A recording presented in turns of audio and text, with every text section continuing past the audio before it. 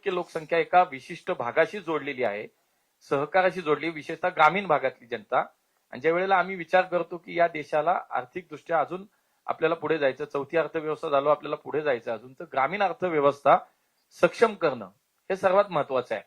म्हणून मग या सहकाराला ताकद देण्यासाठी म्हणून देश पातळीवरती सहकार मंत्रालयाची स्थापना झाली. इथून मागं काय होतं, कृषी मंत्रालयाच्या अंतर्गत केवळ एक जॉईंट सेक्रेटरी दर्जाचा ऑफिसर, एक विभाग म्हणून अख्ख्या देशाचा सहकार पाहत होता. त्याला काही अर्थच नव्हता. आणि म्हणून दोन उद्देश, एक तर ग्रामीण भागातली देशातली अर्थव्यवस्था सक्षम करण्यासाठी म्हणून देशातला हा सहकार केवळ 4 राज्यापुरता मर्यादित न ठेवता तो देशभरामध्ये अगदी दक्षिण ते उत्तर, पूर्व ते पश्चिम या सगळ्या देशातल्या राज्यांमध्ये समप्रमाणात कसा वाढवता येईल, तो कसा पोहोचवता येईल, हा त्याच्या मागचा उद्देश होता. आणि म्हणून राज्य सरकार मधला, राज्यातले सहकार आणि केंद्रातलं सहकार, दोन्ही राज्य आणि देश असं मिळून प्रत्येक राज्यातल्या सहकाराला एक ताकद देण्याचं काम आमच्या सरकारच्या माध्यमातून झालं. उदाहरण महाराष्ट्रातलं जर आपण पाहिलं, एनसीडीसी ही आमची एक संस्था आहे, त्याच्या माध्यमातून या देशातल्या सर्व ज्या काही सहकारी संस्थांना आर्थिक मदत केली जाते. म्हणजे मी तुम्हाला सांगेन की 2014 पूर्वीचा आकडा जर पाहिला तर केवळ कदाचित मी आता तो नेमका आकडा नाही, साधारणतः 1 लाख कोटी रुपये साधारणतः 2014 पर्यंत एनसीडीसीच्या माध्यमातून देशभरामध्ये साधारणतः मदत पोहोचली. पण त्याचबरोबर मागच्या 10 वर्षाच्या काळात तो आकडा पाहिला आपण, तो जवळजवळ 15 लाख कोटीच्या पुढे काहीतरी तो आकडा, मी नेमका आकडा तुम्हाला सांगेन. म्हणजे इतका फरक झाला का आता सहकार मॉनिटरिंग करणारी एक संस्था देशभरामध्ये निर्माण झाली. आणि अमित भाई सारखे मंत्री का गेले, तर स्वतः त्यांच्या गावच्या सोसायटीचे पॅक्सचे सदस्य, बाजार समितीचे अध्यक्ष, अहमदाबाद जिल्हा बँकेचे चेअरमन होते. म्हणजे असा सहकाराचा अनुभव असलेला माणूस जेव्हा या देशाचा सहकार पाहायला लागला, तेव्हा निश्चितपणे या देशात सर्व भागामध्ये, सर्व राज्यामध्ये सहकार पोहोचवण्याचा एक चांगला प्रयत्न आम्ही करतोय. महाराष्ट्रामध्ये सुद्धा आर्थिकदृष्ट्या ताकद देण्यासाठी म्हणून अनेक सहकारी साखर कारखाने आपण जर पाहिलं तर 10,000 कोटी रुपये मागच्या केवळ एक एवढ्या 4-5 वर्षात मागच्या 10,000 कोटी राज्यातल्या साखर कारखान्यांना, सहकारी साखर कारखान्यांना त्यांना जिवंत ठेवण्यासाठी, त्यांना ताकद देण्यासाठी म्हणून मदत केली. इन्कम टॅक्सचा विषय होता, गावातल्या क्रेडिट सोसायटी किंवा आमच्या सोसायटींना इन्कम टॅक्सचा प्रश्न होता. त्याचे जवळजवळ या राज्यातल्या जवळजवळ या सगळ्या आमच्या गावातल्या जे पॅक्स आपण म्हणतो 10,000 कोटीचा इन्कम टॅक्स त्यांचा माफ झाला. अशा पद्धतीनं सहकाराला ताकद देणं हे मला असं वाटतं खूप मोठं धोरण देशभरामध्ये सुरू झालं. त्याच्यामध्ये मला वैयक्तिक देशभरातला प्रवास खूप करायला मिळाला. एक नवीन आज आपण पाहिलं सहकारातलं बघा, सहकाराचं एकच झालं की माझा कोणीतरी नातेवाईक तिथे बसला पाहिजे, मग तो जिल्हा बँकेचा संचालक होईल, चेअरमन होईल, या बाजार समितीचा अध्यक्ष होईल किंवा ती गावातली सोसायटी त्याचीच राहील. म्हणजे माझ्या घरातलं मी आणि माझं एवढं पुरतं सहकार मर्यादित होता. आता त्याच्यामध्ये इतके सगळे बदल करण्यात आले. आता या देशामध्ये सहकाराचं विद्यापीठ सुरू झालं. त्रिभुवनदास पटेल नावाचं देशामध्ये विद्यापीठ आता सुरू झालं. तिथे सहकारात काय होतं, नातेगोत्यातली सगळी माणसं आम्ही आणून भरतो आणि मग त्यांना ट्रेनिंग देतो. तोपर्यंत त्याची पारदर्शकता राहत नाही. त्याच्यामध्ये अनेक सहकारी संस्था ज्या वेळेला आपण म्हणतो की बुडतात किंवा अगदी निकालात निघतात, काहीच राहत नाही सहकारी संस्थांमध्ये. का? पारदर्शकता नसते त्याच्यामध्ये, आपलीच माणसं आपण सगळी. आणि म्हणून या देशात पुढच्या काळातलं जर 5-10 वर्षाचा विचार केला सहकाराचा, तर कमीत कमी 17 लाख प्रशिक्षित अशा पद्धतीची मॅनपॉवर आपल्याला लागणारे सहकारात. म्हणून आम्ही काय केलं, आधी प्रशिक्षण आणि मग भरती. आता काय होतं, भरती होतो तो सहकारचं प्रशिक्षण घेईपर्यंत संस्था डबघाईत जाते. तर तो एक मला असं वाटतं खूप मोठा विचार झाला महाराष्ट्राला. आज आपल्याला पाहिलं तर व्यामनिकॉमला आपण त्याला संलग्नता दिली, व्यामनिकॉमच्या माध्यमातून हे सगळ्या अभ्यासक्रम सुरू झाले. मला वाटतं की ह्या सगळ्याच्यात सहकार म्हणून देशभरात पोहोचवण्याचं खूप चांगलं काम झालं. सिव्हिल एव्हिएशनच्या विषयात विशेष करून आपल्या राज्यामध्ये आज खूप चांगल्या काही मागच्या 1.5 वर्षात काही आपल्याला खूप चांगलं काम करता आलं. उदाहरणार्थ आपल्या पुण्याचं नवीन टर्मिनल सुरू झालं, त्याच्यानंतर जुन्या टर्मिनलचं रिनोव्हेशन सुरू झालं. 300 एकर जागा आपण आता पुण्याच्या विमानतळासाठी एक्सपान्शनसाठी ताब्यात घेतोय. त्याचा प्रस्ताव राज्य सरकारकडनं आमच्याकडं एअरपोर्ट अथॉरिटी ऑफ इंडियाकडे तो प्रस्ताव गेला. तिथनं आता तो मंजूर होऊन खाली आला आणि प्रत्यक्षात लँड ॲक्विजिशन सुरू आहे. म्हणजे वाईड बॉडी एअरक्राफ्ट सुद्धा आता पुण्यातनं पुढच्या काळामध्ये 2-1 वर्षाच्या काळानंतर पुण्यातनं जगभरामध्ये कुठेही प्रवास करता येईल अशा पद्धतीचे पुण्याच्या विमानतळाचं विस्तारीकरण होतंय. पुरंदरचं काम आता राज्य सरकारच्या माध्यमातून चालू आहे. नवी मुंबईचं विमानतळ सुरू झालं. मला असं वाटतं की महाराष्ट्र असं राज्य आहे आता की देशात सर्वाधिक विमानतळ जर कुठं ऑपरेशन मध्ये असतील, कार्यान्वित असतील, ती महाराष्ट्रात आहेत. आता 14 विमानतळ आहेत की देशात एका राज्यात कुठंच एवढी नाही, ती महाराष्ट्रात आहेत. आमच्या ह्या सगळ्या 1.5 वर्षाच्या काळात सोलापूर चालू झालं, अमरावती चालू झालं, कोल्हापूरचं एक्सपान्शन आपण आता करतोय, आता जळगावचं एक्सपान्शन करतोय, तिथे नवीन टर्मिनल बिल्डिंग बांधतोय. असे अनेक सांगलीचा थोडस आता प्रक्रिया वेगाने सुरू झाली. म्हणजे या राज्यातल्या प्रत्येक भागामध्ये एफटीओ आपण त्याच्यामध्ये चालू करतोय आता. हे बऱ्याच ठिकाणी राज्यामध्ये खूप चांगल्या प्रकारचं आपल्याला हे करता आलं. उडान योजनेच्या माध्यमातून आज देशभरामध्ये खूप चांगली सेवा देण्यात आली. आपण पाहिलं की 2014 पूर्वी या देशामध्ये केवळ 74 विमानतळ होती आणि मागच्या 10 वर्षात जर आपण पाहिलं तर या देशातल्या विमानतळांची संख्या आता 165 वरती पोहोचली. म्हणजे इतकी मोठी क्रांती या क्षेत्रात होतीये. म्हणजे डॉमेस्टिक सर्व्हिसमध्ये तर आपण जगभरामध्ये आज आपण दुसऱ्या तिसऱ्या क्रमांकावरती आलो. इतकं मोठं काम या क्षेत्रामध्ये चालू आहे. म्हणून मला असं वाटतं की या सगळ्या दोन्ही क्षेत्रामध्ये काम करताना निश्चित आपण हा विचार करतो, पुणे असेल किंवा महाराष्ट्र प्राधान्य राहणारच आहे. त्यामुळे दोन्ही मंत्रालयात काम करताना खूप चांगला अनुभव मला या सगळ्या कामाचा येतो आणि पुढच्या काळामध्ये सहकार आणि सिव्हिल एव्हिएशन दोन्ही याच्यामध्ये अजून खूप काय करण्याचं काम आहे. बघा आता नवी मुंबईचं विमानतळ झालं, मिसिंग लिंकचं काम आता पूर्ण होतंय. पुण्यातनं सुद्धा माणसं 1-1.5 तासात आता नवी मुंबईच्या विमानतळावर जाऊ शकते. असे खूप काही प्रकल्प, खूप काही विषय होत आहेत. राज्याचं आणि एकूणच देशात काम करताना खूप चांगले अनुभव प्रवास होतोय. सगळीकडचं वेगवेगळं काम, सगळं देशभरात मोदीजींचं विजन या नेतृत्वात काम करताना खूप चांगला अनुभव आहे, सुखद अनुभव आहे. पण एक आहे की कामाचं नक्कीच एक तो ताण असतो, तणाव असतो की शेवटी तिथं गेल्यानंतर तुम्हाला कामच करावं लागतं, दुसरा काही विचार नसतो तिथं, ती कामच करायचं असतं. त्यामुळे कामाचंही ऑडिट होतं, काम काय करतं याचं रिपोर्टिंग करावं लागतं. तुमचा प्रवास किती होतो, प्रवास काय करता, इथपर्यंत सगळं चालतं. म्हणजे आज आम्हाला नॉर्थ ईस्टचे जे काही स्टेट आहेत तिथला प्रवास आम्हाला डोनर मिनिस्ट्री नवीन वेगळी केलेली आहे. जेवढे म्हणते सगळे नॉर्थ ईस्ट ज्यांना मुख्य प्रवाहात आणलं पाहिजे, म्हणजे आमचे मणिपूर असेल, नागालँड असेल, ही जी काही राज्य आहेत नॉर्थ ईस्ट तिथे आम्हाला प्रवास दिलेला असतो. ऍस्पिरेशनल डिस्ट्रिक्ट म्हणजे देशात 113 जिल्हे असे निवडले गेले मोदीजींच्या या सरकारच्या काळात की ज्या विकासाच्या दृष्टीनं मागास आहेत. मग देशभरात आहेत अख्ख्या, मग तो प्रवास आम्हाला सगळ्यांना दिला जातो. बजेट झाल्यानंतर देशभरामध्ये प्रवास दिला जातो की त्या ठिकाणी जाऊन त्या वेगवेगळ्या राज्यात जाऊन आपण बजेटमध्ये काय केलं, काय करणार, असं मला असं वाटतं की एकूण एक चांगला कामाचा मागच्या 1.5 वर्षातला कामाचा एकूण कॅनव्हास मला असं वाटतं की मोठा झाला. काम करणं तसं सोपं नाही, पण हळूहळू सवय होतीये. शेवटी पुणेकर कुठेही गेला तरी तो टिकतो थोडा थोडा काही करून, असं यांनी थोडं आता सवय होतीये. मला असं वाटतं सुरुवातीला ते खूप अवघड होतं, आता हळूहळू ते सुरू झाले. त्यामुळे महानगरपालिका आणि मला असं वाटतं मी करत असलेलं देशपातळीवरती जी काही मला संधी दिली आहे त्यामध्ये जितकं चांगलं काम करता येईल ते नक्की करू. महापालिकेत आपण सगळ्यांनी पुन्हा आम्हाला संधी दिली. मी एवढंच सांगेन की खूप चांगल्या पद्धतीचं काम माननीय मुख्यमंत्र्यांनी परत सांगितलं की महापौर झाल्यानंतर दुसऱ्या दिवशी आमचं काम सुरू होईल. आम्हाला आमचं विजन पक्क आहे की आम्हाला पुढे काय करायचं हे आमचं ठरलेलं आहे आणि त्यामुळे कामच करायचं, कामासाठीच लोक निवडून देतात ही भावना आमच्यामध्ये नक्की आहे.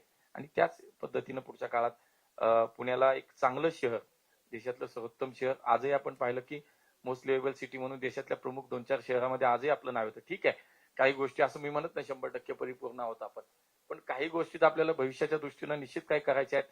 आमच्या पुढच्या पिढीसाठी, त्याच्या पुढच्या पिढीसाठी 2-3 पिढी पुढचा विचार करून आम्ही या पुण्याला कुठं नेणार आहोत हा विचार आम्हाला नक्की करायचा आहे. म्हणून त्यासाठी खूप काही गोष्टी करायच्यात. एका दिवसात, एका महिन्यात, एका वर्षात ते होणार नाही. त्याला एक लॉंग टर्मचा विचार करून त्याचा एक व्हिजन जे माननीय मुख्यमंत्री पाहत आहेत, आम्ही सगळे मिळून त्याच्यावरती नक्की काम करणार आहोत आणि या पुण्याला पुढच्या काळात अधिक आपलं चांगलं शहर, आज एक आपलं शहर म्हणजे कुठेही मी देशभरात प्रवास करतो, पुणे म्हणल्यानंतर लगेच तुमच्याकडे पाहायचा दृष्टिकोन बदलतो लोकांचा. पुणे असं म्हणतात म्हणजे पुणे हे चांगल्या अर्थाने लोक आज देशभरामध्ये नाव पुण्याचं घेतात. एक विकसित शहर, चांगलं शहर आहे, आयटी हब आहे, एज्युकेशन हब आहे. आज इथं आपण पाहतो की भविष्याच्या दृष्टीनं वेगानं विकसित होणारं शहर आहे. म्हणून मला असं वाटतं या सगळ्या याच्यामध्ये आमची जबाबदारी वाढली. हा विजय जो पुणेकरांनी आम्हाला आज मला असं वाटतं दिला, तो आम्ही जबाबदारी म्हणून पाहतो. पुढच्या काळामध्ये त्याच्यावरती काम करायचंय, ते कामासाठी दिले ही भावना आमच्या सहित प्रत्येक आमचा नगरसेवक असेल, प्रत्येक कार्यकर्ता आहे, त्या प्रत्येकाच्या मनात हीच भावना आहे की आम्हाला काम करायला मला वाटतं पुणेकरांनी संधी दिली. आपल्यासोबत आज या निमित्तानं काही संवाद साधता येतोय, मुद्दे काही ठेवता येतात. त्यामुळे आपण मला बोलावलं, मनापासून आपले धन्यवाद. महापालिकेच्या निवडणुकीमध्ये तुमचं एक संकल्पपत्र आहे, त्याच्यामध्ये तुम्ही फ्लेक्स मुक्त शहर असा नारा दिलाय. त्याच्यानंतर प्रेस कॉन्फरन्स मध्ये राजेश पांडे यांनी सांगितलं की कालच याच्यावरती आम्ही स्पष्टपणे निर्देश दिलेत. मी तर खरं महापालिका आयुक्तालय सांगणार आहे, कुठल्याही पक्षाचा असेल त्याच्या फ्लेक्सवरती कारवाई झाली पाहिजे, काही ठेवणार नाही. जो दिलेला शब्द तो आम्ही पाळणार आहे. निश्चितपणे मी तुम्हाला म्हणत तसं की आता निवडून आलेल्यांपैकी आपण जर पाहिलं तर बऱ्यापैकी तरुण, नवीन, शिकलेले असं बऱ्यापैकी चांगलं आमचं एक नगरसेवक म्हणून जी काही टीम आली चांगली आहे. तर निश्चित पुढच्या काळामध्ये लोकांना काय अपेक्षित आहे आणि लोकांना काय नकोय याचं निश्चितपणे आम्ही 100% त्याची अंमलबजावणी होईल. फ्लेक्सच्या संदर्भात तुम्ही म्हणालात आमचा शब्द आहे की निश्चित या सगळ्या विषयात फ्लेक्स हा या शहरामध्ये अनधिकृत फ्लेक्स लागले नाही पाहिजे, ही भूमिका आमची आणि तातडीने त्याच्यावर कारवाई केली पाहिजे असं माझं म्हणणं. आता तुम्ही असं म्हणालात की तुम्हाला केरळातील जुनेच नगरसेवक आहेत फ्लेक्स लावणारे. सांगितलंय, स्पष्ट शब्दात सांगितलं आम्ही. आता त्यांना महापालिकेत बदल देणार नाही अशी काहीतरी घोषणा करून टाकली. नाही, पक्ष गांभीर्याने विचार करेल. ज्या वेळेला पक्षाचा आदेश आहे, पक्षाने भूमिका स्पष्ट केली आहे, त्यावेळेला पक्षाचा आदेश मांडला पाहिजे. पक्षाने जे दिलं म्हणजे जे सांगितले ते केलं पाहिजे. निश्चितपणे त्याच्यावरती कडक आमचं लक्ष राहणार आहे सगळ्यांचं. पहिला तुम्ही म्हणालात की मोदी सरकारने म्हणजे सरकारने तुम्हाला एक टार्गेट दिलंय प्रत्येकाला या भागात फिरायचं जे काय आहे तुमच्याकडे तमिळनाडूचं जबाबदारी दिली वगैरे, तर तुम्ही इथे तेच पर्क्युलेट करणार का की जे आम्ही आधी पण म्हणाले की ओव्हर कॉन्फिडन्स मध्ये न जाता की त्या नगरसेवकांनी काय केलं पाहिजे याचा एक अजेंडा त्यांना तुम्ही देणार आहात का? निश्चितपणे पुढच्या काही दिवसामध्ये आमची एक कार्यशाळा होणार आहे 2 दिवसाची. ते आम्ही ठरवलं की त्याच्यामध्ये प्रशासकीय कामकाज असेल, पक्ष संघटना म्हणून शिस्त, त्यामध्ये करण्याची चौकटीत काम करण्याची पद्धती, लोकांना काय हवं नाही हवं. मला असं वाटतं या सर्व याच्यावरती विचारून एक 2 दिवसाचा आमचं प्रशिक्षण वर्ग नगरसेवकांचा आम्ही करणार आहोत. आता 23 गावांचा म्हणजे आता 32 गावं आणि आधीची उपनगराची गावांचा समावेश झाला. जिथे आधी लोकप्रतिनिधी होते, आता जवळपास 16 आले निवडून, त्यात तुमचे सर्वाधिक आहे. पण आता अशी मागणी होती की जर विकास व्हायचा असेल तर काही ठराविक पद्धती शहरातल्या मध्यवर्ती भागात दिली जातात, इतर भागात न्याय दिला जात नाही. आणि आता त्या भागाचा विकास करायचा असेल तर तिथे मोठी पदं लागतील. नाही, मला वाटतं असा विचार नसावा. शेवटी महानगरपालिका म्हणून मग अगदी इकडं बाणेर बालेवाडीपासून कात्रज पर्यंत आहे. तिकडून अगदी तुम्ही पाहिलं की उंडरी पिसोळी पासून अगदी इकडे वारजेपर्यंत, उत्तमनगर शिवण्या खडकवासल्यापर्यंत गेलो. मला असं वाटतं असा विचार होणार नाही. विचार होणार हा महानगरपालिका म्हणून सर्वसमावेशक अशा पद्धतीनं. शेवटी पदाधिकारी कुठलं गेलं तर चालवणारी जी काही एक व्यवस्था आहे ती भारतीय जनता पार्टीच्या माध्यमातून चालवली जाणार. त्यामुळे व्यक्ती सापेक्ष किंवा व्यक्तीवरती अवलंबून हा विषय राहणार नाही. आता नाही, त्यावेळेला काय झालं, त्यावेळेला खूप मोठा प्रभाग झाला होता आणि 2च नगरसेवक होते. आता तसं नाही झालं. आता प्रत्येक भागाला प्रतिनिधित्व मिळाले.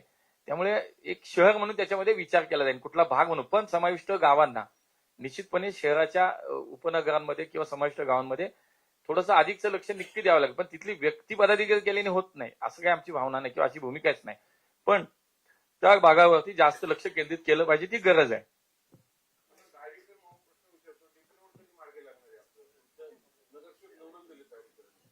100% मी तुम्हाला सांगितलं की आता शेवटी हे काही लगेच आज आम्ही म्हणलो उद्या लगेच होत नाही. त्याला शेवटी प्रक्रिया आहे, त्याला एक वेळ लागेल, त्याला एक कालमर्यादा लागेल. त्यामुळे 5 वर्षाचा व्यवस्थित कार्यक्रम आम्ही ठरवतोय. 5 वर्षामध्ये जे जे आश्वासनं दिलीत, जे आम्ही वचननामे दिले, जाहीरनामे दिले, ते पूर्ण करण्याचा प्रामाणिक आम्ही प्रयत्न करणार. त्यामुळे असे अनेक विषय आहेत. म्हणजे आता स्पेसिफिक एक धायरीचा असं नाही, पण असं शहराच्या अगदी शहराच्या सगळ्या भागामध्ये जिथे जिथे महत्वाचे प्रोजेक्ट असतील, महत्वाचे काही भविष्याचा विचार करून काही डीपी रस्ते असतील, आरक्षण असतील, आत्ता चालू असलेली विकास कामं वेळेत पूर्ण करणं असेल, अशा खूप गोष्टीवरती काम करायचं.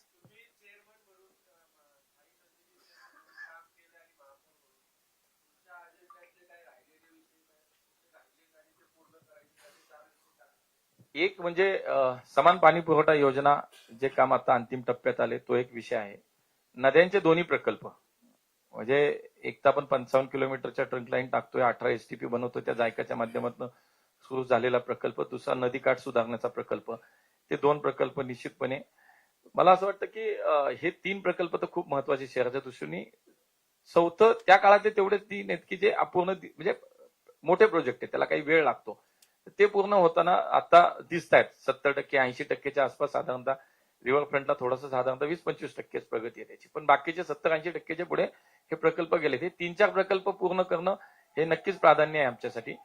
मेडिकल कॉलेजची नवीन इमारत आता बांधून पूर्ण होतीये. जे मेडिकल कॉलेज आपल्याला करता आलं महानगरपालिकेच्या या सगळ्या कार्यकालामध्ये, त्याच्या नवीन इमारतीमध्ये पुढच्या काळामध्ये आपण जर पाहिलं तर अत्यंत सुंदर, देशातली अगदी चांगल्या प्रकारचं एकदम सगळ्या सुविधा असलेलं एक वैद्यकीय महाविद्यालयाची इमारत आपल्याला नायडू हॉस्पिटलच्या जागेवरती आता काम चालू आहे.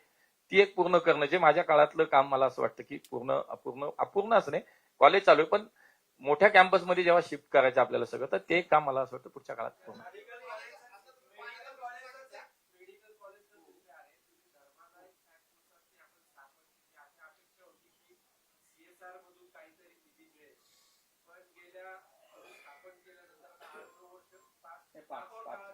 चौथं 5वं वर्ष.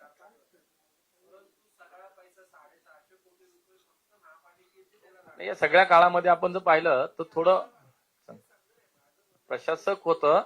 आता आपण प्रत्यक्ष त्याच्यात लक्ष घालू ना. आता या सगळ्या काळामध्ये प्रशासक म्हणूनच त्याच्यामध्ये काम चालू होतं. पण निश्चित आपण ह्याच्यात चांगलं सूचना चांगली आहे की याच्यामध्ये अधिकचा निधी आपल्याला महानगरपालिकेच्या अर्थसंकल्पाचा ताण कमी कसा करतील याच्यावर नक्की काम करता येईल. महानगरपालिकेच्या इलेक्शनमध्ये पुणे महानगरपालिकेच्या निवडणुकीमध्ये राज्याचे नेते असलेले अजित पवार यांनी थेट तुमच्यावर अटॅक केला आणि ही इलेक्शन अजित पवार विरुद्ध मुरलीधर मोहोळ अशी पुण्यामध्ये बघायला मिळाली.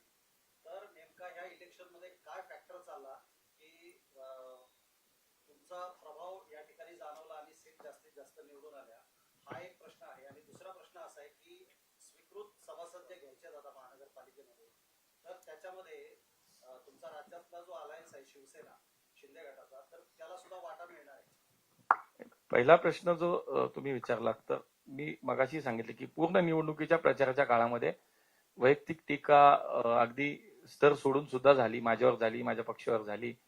पण आम्ही कधीच जशाच तसं उत्तर नाही दिलं. आम्ही आमच्या कामाबद्दल बोलत राहिलो.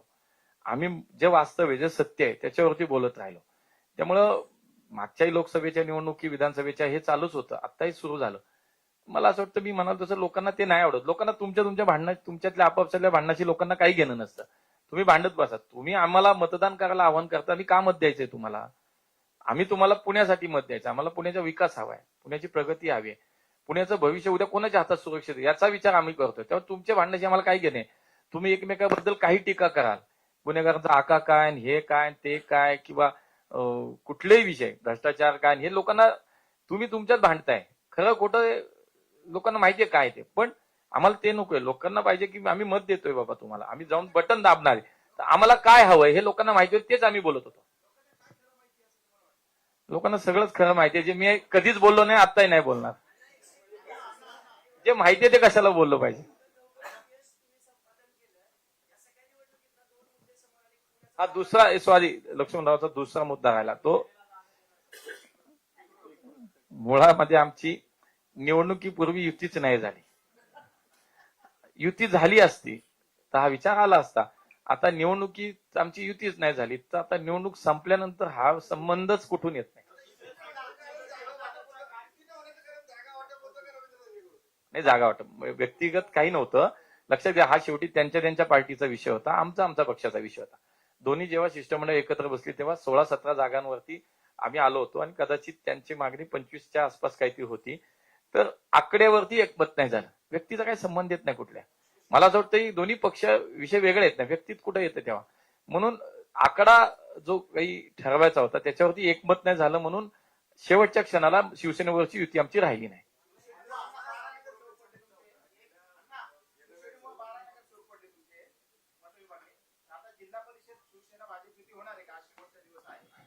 नाही, काही ठिकाणी जिल्ह्यामध्ये काही विधानसभा मतदारसंघामध्ये युती होण्याची शक्यता आहे.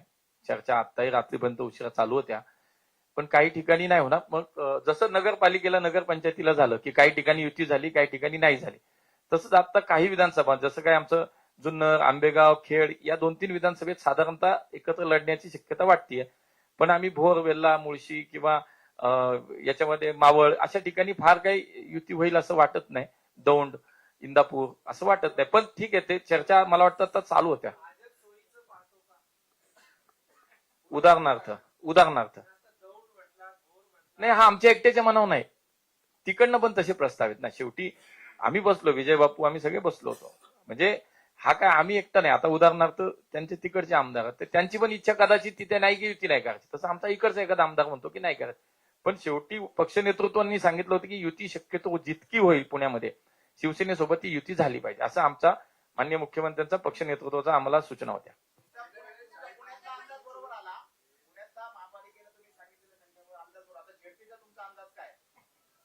नाही, झेडपी मध्ये आज चित्र स्पष्ट होईल. आज अखेरचा दिवस आहे आणि मग त्याच्यामध्ये कशा लढती होतात माहित नाही.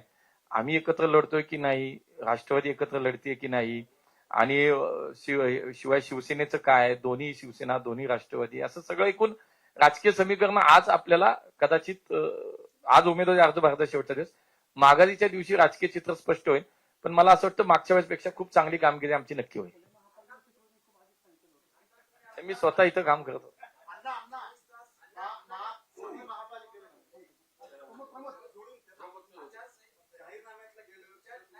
जाहीरनाम्यातला आता समान पाणी पुरवठा होता.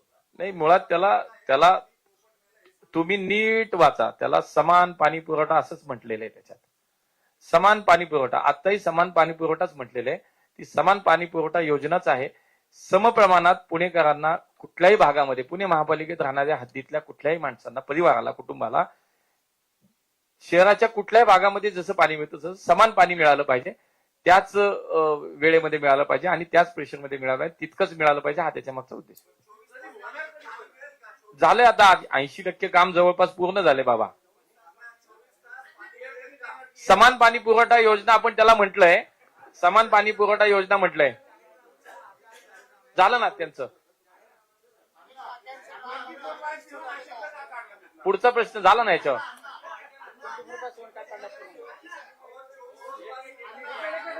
झाला, आता तो पुढचा घ्या ना.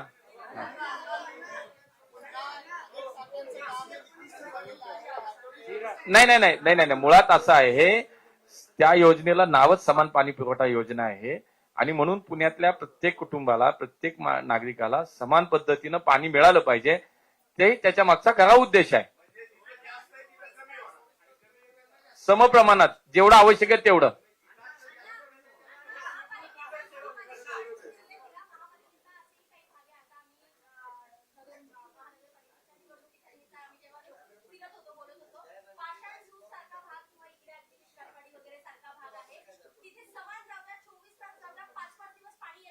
कुठला भाग?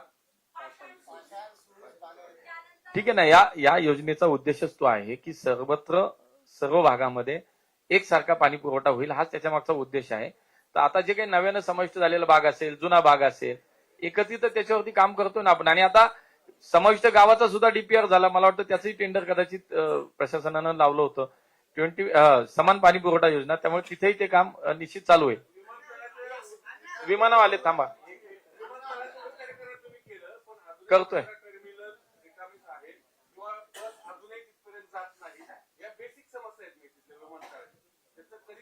कुठलं टर्मिनल रिकाम आहे? चालू आहे ना. नाही, त्याच्यामध्ये तिथे आपण पाहिलं असेल, तिथे काही बसेसची व्यवस्था आहे, काही छोट्या छोट्या गाड्यांची व्यवस्था आहे आणि लोकांना ती मिळते ना. तिथे व्यवस्था आहे. कुठली बस? नाही, त्यांनी तिथे व्यवस्था केलेली आहे ना. ते जे मॉडेल आहे ते पीपीपी तत्वावरच बांधलेलं टर्मिनल आहे. त्यामुळे त्याच्यामध्ये जे काही अग्रीमेंट झालेले, त्या अग्रीमेंटमधला तो क्लॉज आहे. त्यामुळे तिथे जागेवरती लोकांना उतरवल्या बस मिळतीये, तिथे गाडी मिळतीये त्या पार्किंग पर्यंत येण्यासाठी.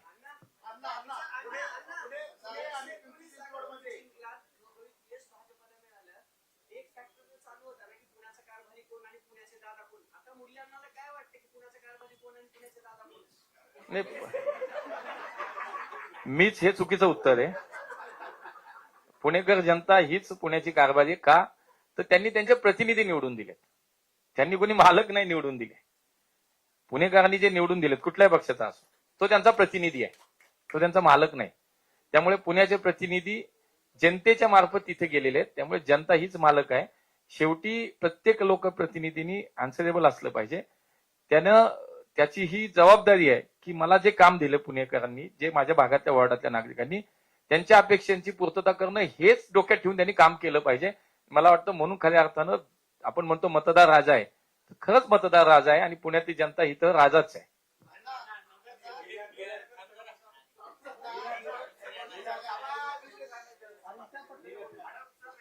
हे पुष्कर, तू हात खाली कर.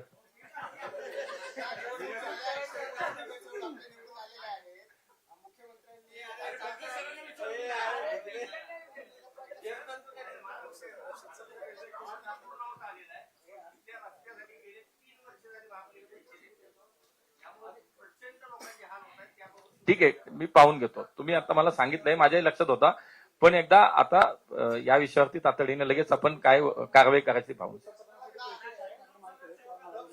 ठीक. हा हा पराभूत झालेले आहेत त्यांनाच देणार का उमेदवारी देताना तुम्ही त्यांना नाकारलेला आहे त्यांनाच देणार क्रायटेरिया प्रामाणिक आहे त्यांना उत्तर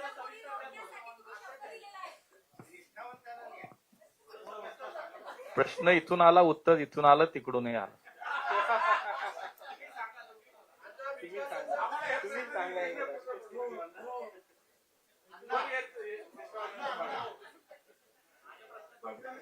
उत्तर असं आहे, लक्षात घ्या की हा शेवटी पक्ष नेतृत्वाचा निर्णय असतो. आणि आज आम्ही विचार करा, साधारणपणे जर तुम्ही पाहिलं तर पुणे महानगरपालिकेची एकूण उमेदवारी सगळी देताना 30-35च्या वरती नगरसेवक आमचे असे की जे विद्यमान होते आणि त्यांना संधी नाही देता आली. शिवाय आमच्याकडे काही प्रमुख कार्यकर्ते असे पण होते की तो सक्षम होता, तो निवडून आला असता, पण त्याला संधी नाही देता आली. असे 20-25 असेही लोक आहेत. मला असं वाटतं पक्ष शेवटी हाच विचार करेल की ज्याला संधी नाही देता आली त्याला संधी द्यावी. साधारणपणे पक्षाचं धोरण असं राहील. मला वाटतं शेवटी निर्णय हा वरती राहतो.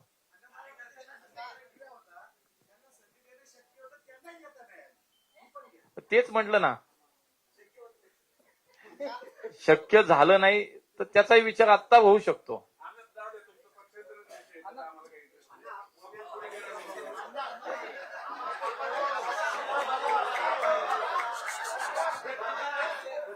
बाबा होऊ देत आधी, मग बाकी.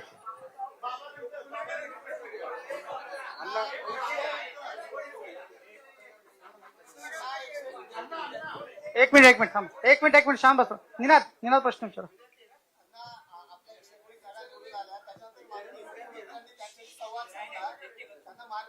मार्गदर्शन करतात. त्यांनी म्हटलं की महानगरपालिका ही कमिशनर खुर्ची जागा नाही, रेल वगैरे खपवून घेतल्या जाणार नाही, तर असं त्यांना म्हणण्याची का वेळ आहे? नाही, 100%. हे बघा, आमचं ज्यावेळेला नेतृत्वच हा विचार करतं याचा अर्थ आमची भूमिका स्पष्ट आहे. पारदर्शी कारभार केला पाहिजे, लोकांना अपेक्षित असंच काम केलं पाहिजे, आपल्याला का निवडून दिलं याचा विचार केला पाहिजे, आपल्याला पुण्याच्या भविष्याचा विचार करून पुणेकरांनी संधी दिली, त्यामुळे कुठल्याही चुकीचं काम आपल्याकडनं होणार नाही याची काळजी सगळ्यांनी घ्या. हा त्याच्यातला अर्थ होता. शब्दशः न जाता हा त्याच्यातला अर्थ आहे की काहीही केलं चुकीचं ते खपवून गेलं जाणार नाही. इथं चांगलं काम केलं पाहिजे, जे लोकांना हवं तेच काम केलं पाहिजे, चुकीचं काम चालणार नाही, ही त्याच्या मागची कडक भूमिका माननीय सीएम साहेबांची होती.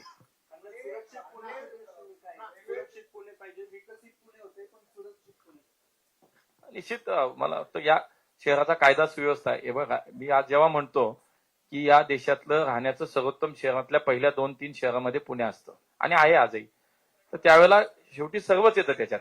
या शहरातल्या सार्वजनिक व्यवस्था काय आहेत, या शहरातल्या पायाभूत सुविधा कशा आहेत, या शहरातलं शिक्षण कसं आहे, या शहरातला कायदा सुव्यवस्था कसा आहे, सगळ्या गोष्टी त्याच्यामध्ये एकत्रित येतात. आणि म्हणून या शहराचा कायदा सुव्यवस्था निश्चितच चांगला राहायला पाहिजे. आजही चांगला आहे.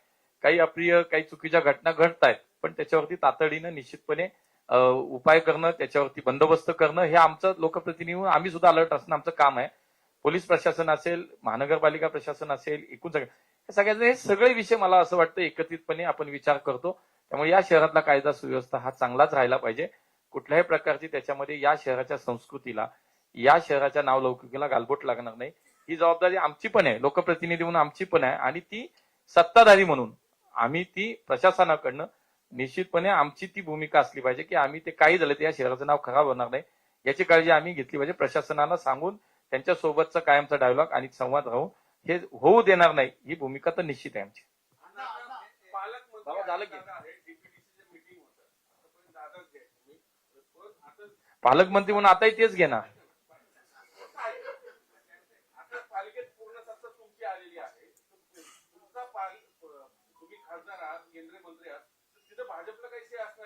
हे बघा, प्रत्येक व्यवस्थेला काहीतरी ती जी काही सिस्टीम आहे ती ठरलेली आहे.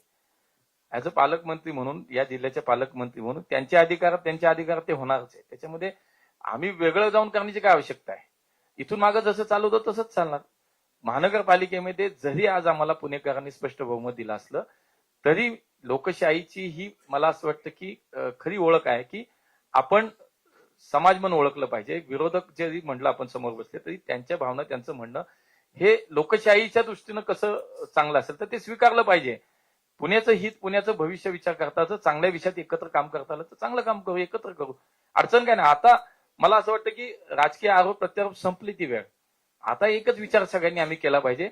मग ते पालकमंत्री म्हणून असेल, पुण्याचा महापौर म्हणून आमचा महापौर असेल, मी आज राज्याचा देशात राज्याचे प्रतिनिधित्व करणारे आमचे चंद्रकांत दादा असतील, देशात मी प्रतिनिधित्व करतो इथून. आम्ही सगळ्यांनी पुण्याचा विचारासाठी एकत्र काम केलं पाहिजे. आमची भावना वेगळी नाही, एकत्र काम करू. नाही नाही, ते आमच्या व्यवस्थेच्या संदर्भात काही कामं ठरवली असेल, पण पालकमंत्री शेवटी पालक, त्यांचा अधिकार आहे तसंच राहिला, त्याच्यात काही बदल नाही होत.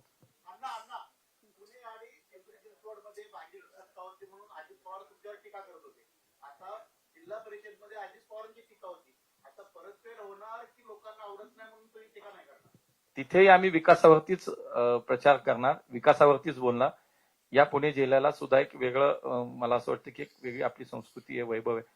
छत्रपती शिवाजी महाराजांचा इतिहास या जिल्ह्यानं अनुभवलाय आणि मला असं वाटतं इतकं मोठं आपल्या पुणे जिल्ह्याचंही ग्रामीण आचक आपण इतकं नाव आहे, तर या जिल्ह्याचा भविष्याचा विचार करून विकास आणि त्या त्या ग्रामीण भागातले काही प्रश्न असतील त्याच्यावरती काम करणं हीच आमची भूमिका आहे.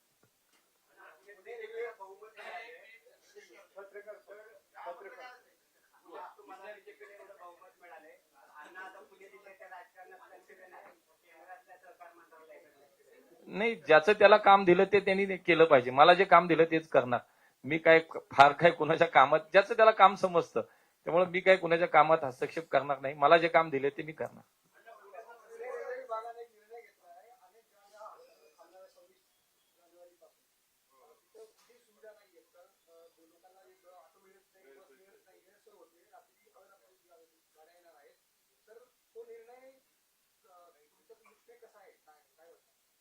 एकदा त्याचा पूर्ण माहिती घेतली पाहिजे. मलाही माहिती की त्याच्यावरती भविष्यातला विचार करून उरळी असेल, हडपसर असेल, मोठा प्रोजेक्टचं काम आपलं सुरू झालंय. त्यामुळे एकूण त्याचा एकूण परिस्थिती काय ते बघून त्याच्यावरती बोललं पाहिजे.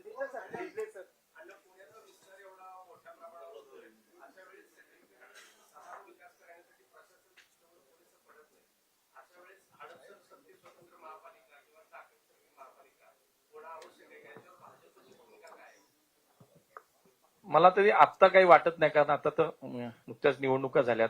तसंही आपण पाहिलं मुंबई सारखी इतकी मोठी महानगरपालिका असताना तिथे काम व्यवस्थित होतच आहे. त्यामुळे आता तरी तो विचार कुठं कोणाच्या मनात आहे असं वाटत नाही. आता निवडणूक झाली आहे, एकूणच पुणे शहराच्या सगळा काय भौगोलिक विस्तार खूप मोठा झाला आपला. म्हणजे आता मुंबईपेक्षाही आपण थोडे मोठे आहोत. 518 स्क्वेअर किलोमीटर इतकं पुण्याचं महापालिकेचं क्षेत्र झालंय. त्यामुळे निश्चित मला वाटतं की त्याच्यात हा विचार आत्ता तरी नाही, पण एकूण शहराचा विचार करताना प्रशासक म्हणून अधिकचं काय आपल्याला ती व्यवस्था म्हणून सक्षम करता येईल, वाढवता येईल याच्यावरती तरी आता विचार करावा लागेल.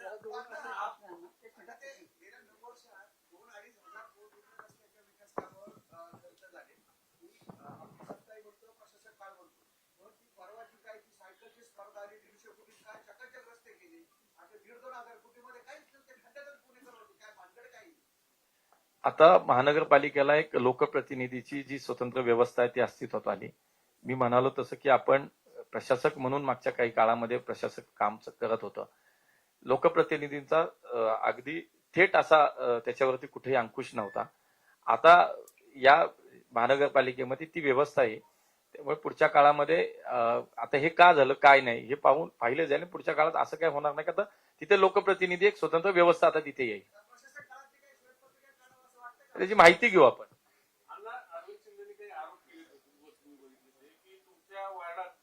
प्रचार संपला, निवडणूक झाली, निकालही झाला. आता कुठं चालले मागे?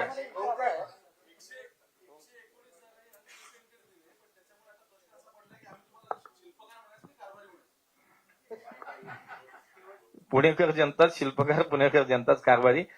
पुण्यातल्या जनतेने निवडून दिलेले आम्ही सगळे, पुणेकरांनी नेमून दिलेले तिथले कारभारी सगळे. हे सामूहिक आहे. मला वाटतं वैयक्तिक काही नाही. काढायला लावले ते, गब्बरचं पण काढायला लावला.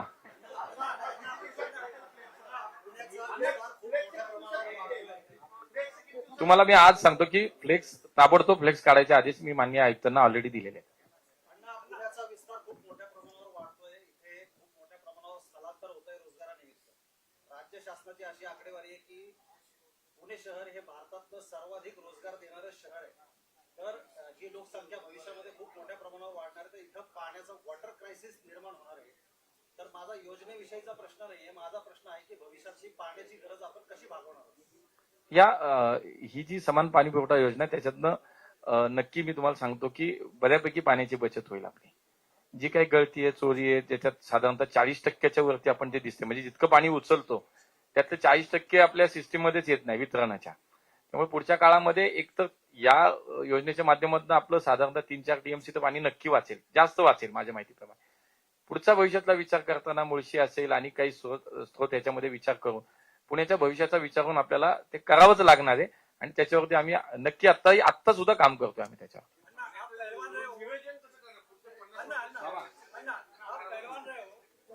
और विरोधियों को चित करना आपको आता है कौन सा दावपेच है? विरोधियों को अन्ना, आप पहलवान रहे हो, विरोधियों को कैसे चित करना वो आता है आपको दावपेच. अब आप पॉलिटिक्स में वही अपना रहे हो, चाहे विरोधी हो चाहे टीम के अपने अपने पार्टी के भीतर के लोग. वो बता कर नहीं करते, वे बताएंगे पहले तो कुछ फायदा नहीं होता. मनपा चुनाव में आपने मोरे और दंगेकर दोनों को निपटा दे एक साथ, ताकि फ्यूचर में आपके लिए कोई रोड़ा ना रहे. दावपेच जरा बताइए आप. बघा, आमच्या त्या ठिकाणची माणसंच सक्षम होती, वरती गरजच नाही कोणाची लागली. तिथल्याने आमचा खोपड्याने चितपट केलं बघा सर. नाही, त्या दिवशी माननीय मुख्यमंत्र्यांनी स्पष्टपणे जे काही भूमिका मांडली ती सगळ्यांनी ऐकलेलीच आहे. 2 दिवसाची एक कार्यशाळा सुद्धा आमची होईल आणि त्याच्यामध्ये एकूण नवीन नगर महापालिकेचं कामकाज कसं चालतं, कुठल्या ऍक्टने चालतं, काय जनरल बॉडी कशी चालते, वेगवेगळ्या समित्यांचं कामकाज कसं चालतं, प्रभाग समिती कशी चालते, या सगळ्यांवरती आणि एकूण पक्ष म्हणून काय अपेक्षा आहेत, काय शिस्त आहे, काय आपण कशा पद्धतीने काम केलं पाहिजे, या सगळ्यावरती मला असं वाटतं की एक सर्वसमावेशक अशा पद्धतीची 2 दिवसाची कार्यशाळा आमची होणार आहे. शेवटचा प्रश्न घ्या.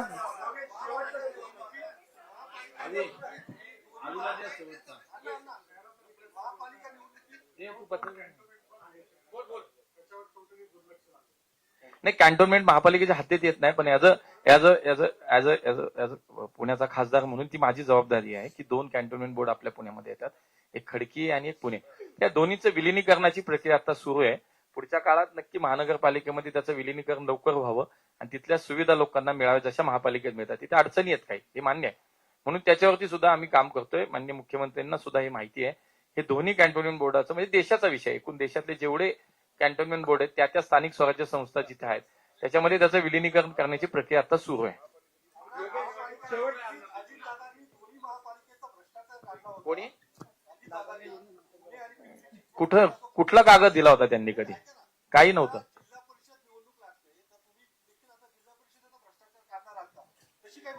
मी तुम्हाला सांगतो की कुठलाही मुद्दा असेल, कुठलाही आरोप असेल तो पुराव्याशिवाय कोणी करू नये. मी तुम्हाला पहिलं सांगितलं, आम्ही पुण्याच्या जिल्हा असू शहर असू भविष्याचा विचार करणारी माणसं आहोत.